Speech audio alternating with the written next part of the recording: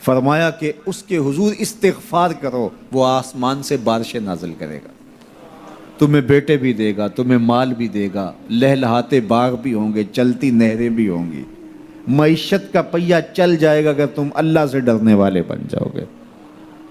تو آج ہم کہتے ہیں یہ ہو فلاں ماہر اور فلاں شخص ہو تو پھر ہماری معیشت بہتر ہو سکتی ہے۔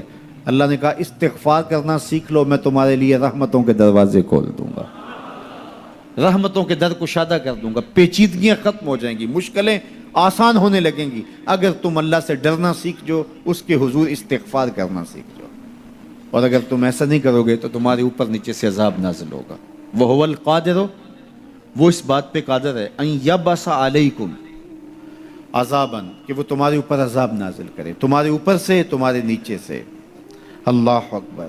اوپر کا عذاب کیا ہے کہ آسمان سے پتھر برسیں، نیچے کا عذاب کیا ہے زلزلے آئیں، یا پھر زمین فصل دینا چھوڑ جائے، زمین بنجر ہو جائے، یہ نیچے کا عذاب ہے۔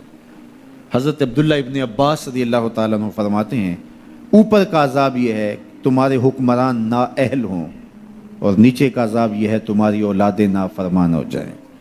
یہ اوپر اور نیچے کا عذاب ہے جس میں تمہیں مبتلا کر دیا جاتا ہے۔ یہ کب ہوتا ہے؟ جب تم اللہ کے حکموں کے نافرمان ہو جاؤ۔ جب چند لوگ اللہ کے نافرمان ہو جاتے ہیں تو پھر ان چند لوگوں کو انفرادی اذیتوں میں اور مشکلات اور پیچیدگیوں میں مبتلا کیا جاتا ہے۔ لیکن جب کوئی قوم من حیث المجموع اللہ کے حکموں کو توڑتی ہے اور اس کے حکام سے روح گردانی کرتی ہے تو پھر پوری قوم کو مشقتوں میں، اذیتوں میں، تکلیفوں میں مبتلا کر دیا جاتا ہے۔ اس کا علاج کیا بتایا؟ استغفار۔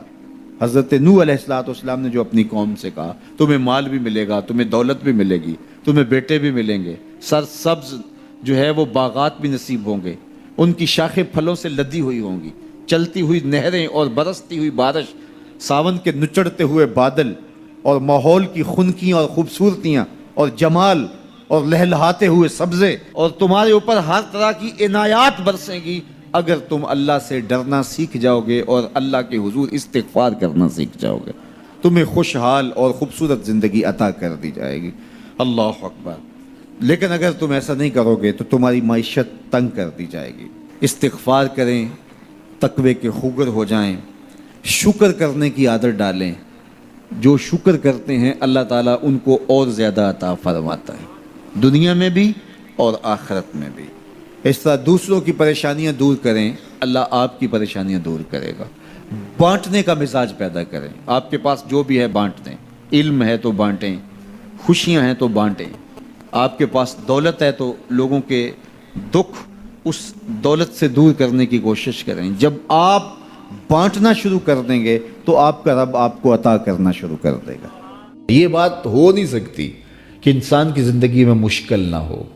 جب انسان کو پیدا کیا گیا تھا، اس کا خمیر گویا گیا تھا، تو 39 دن تک اس کے خمیر پر مٹی جو گوندی گئی تھی انسان بنانے کے لیے، اس پر 39 دن دکھوں کی بارش ہوئی تھی اور ایک دن خوشیوں کا می برسا تھا۔